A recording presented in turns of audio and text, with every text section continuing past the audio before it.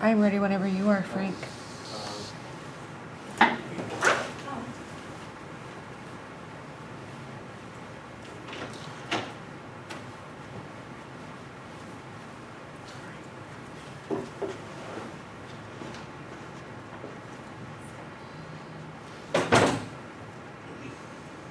So, what built the great Roman Empire? Was it the large aqueducts that transferred water from faraway places, or was it the engineered great buildings or long roads that connected people together? Both of these you can attribute to Roman concrete.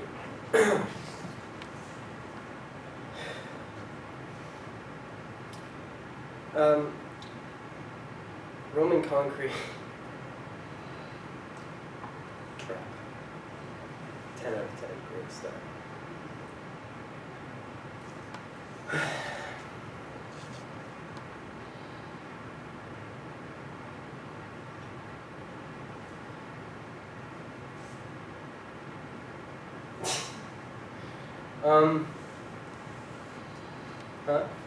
Thank you. Concrete has been around a long time. Concrete's been around a long time, and it makes up for the very foundation of modern society and the modern cityscape. It affects all of us individually. Every time you walk out your door, you see concrete in this building. I'm not necessarily an expert on this stuff, but I've read a lot about it, and it affects me just as much as it affects all of you in your daily lives. I'd like to take a moment of your time to talk to you about what Roman concrete is, what it's been used in, and how it differs from modern concrete. First, I'm going to give some insight as to what Roman concrete is. Roman concrete is an incredibly distinguishable building material.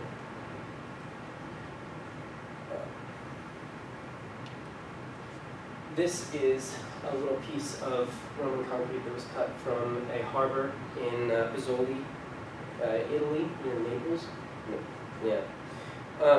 It's existed for the better part of 2,000 years. You can see like little bits of brick and lime aggregate, as well as some volcanic material that's like been mixed in. This was all compressed with seawater and made incredibly durable over the course of 2,000 years. In the article by Sarah Yang, Media Relations, to improve today's concrete, do as the Romans did. On Berkeley's newest, on Berkeley News' website, published by UC Berkeley, June 4th of 2013, states it is one of the most durable construction materials on the planet, and that was no accident. Shipping was the lifeline of the political, economic, and military stability for the Roman Empire. So constructing harbors that would last was absolutely and 100% critical. That was off point. What I gathered from this particular article was that Roman concrete was pretty durable stuff. It still exists in our world today. After 2,000 years, after 2,000 years when they originally laid it down, that is beyond incredible. I know that concrete we use today has a lifespan of less than that of a human being, and the difference there is just too incredible to not point out. Researchers from all over the world are interested in studying it so that we can better improve our current modern structures.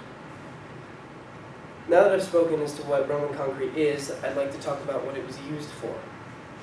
Roman concrete was used over the entire vast area of the Roman Empire. In this picture, you're able to see two very notable structures that were built with Roman concrete. This is the Colosseum, and this is the Pantheon.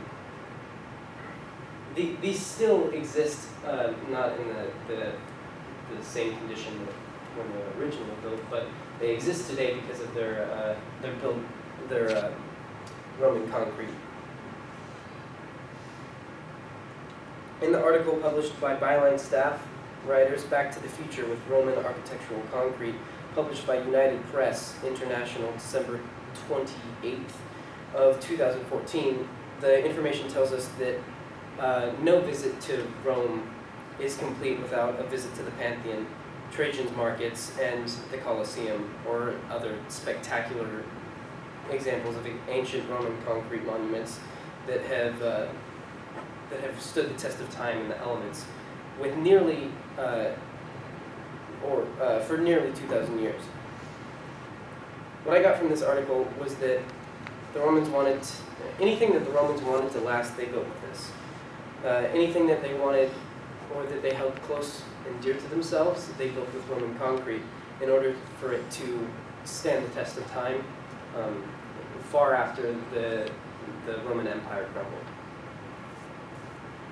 Lastly, now that I've been able to talk about what Roman concrete was used for, I'd like to talk about the differences between it and Portland concrete, which is our modern concrete.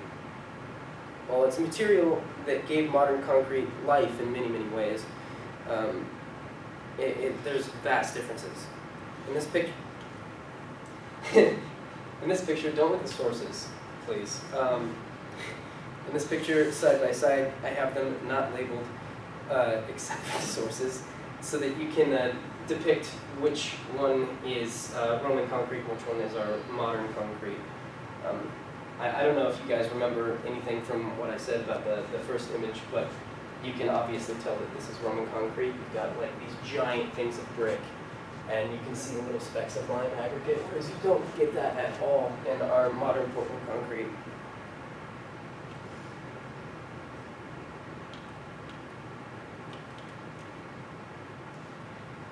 The article by Aaron Wayman, The Secrets of Ancient Rome's Buildings, published by the Smithsonian Institute, November 16th of 2011, states that Romans started making concrete more than 2,000 years ago, but it wasn't quite like today's concrete.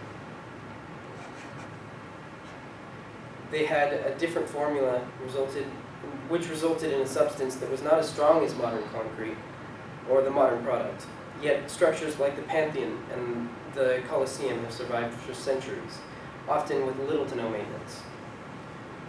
For the entirety of the article that I read, I gathered that that modern concrete is stronger than Roman concrete, but not even close to as durable.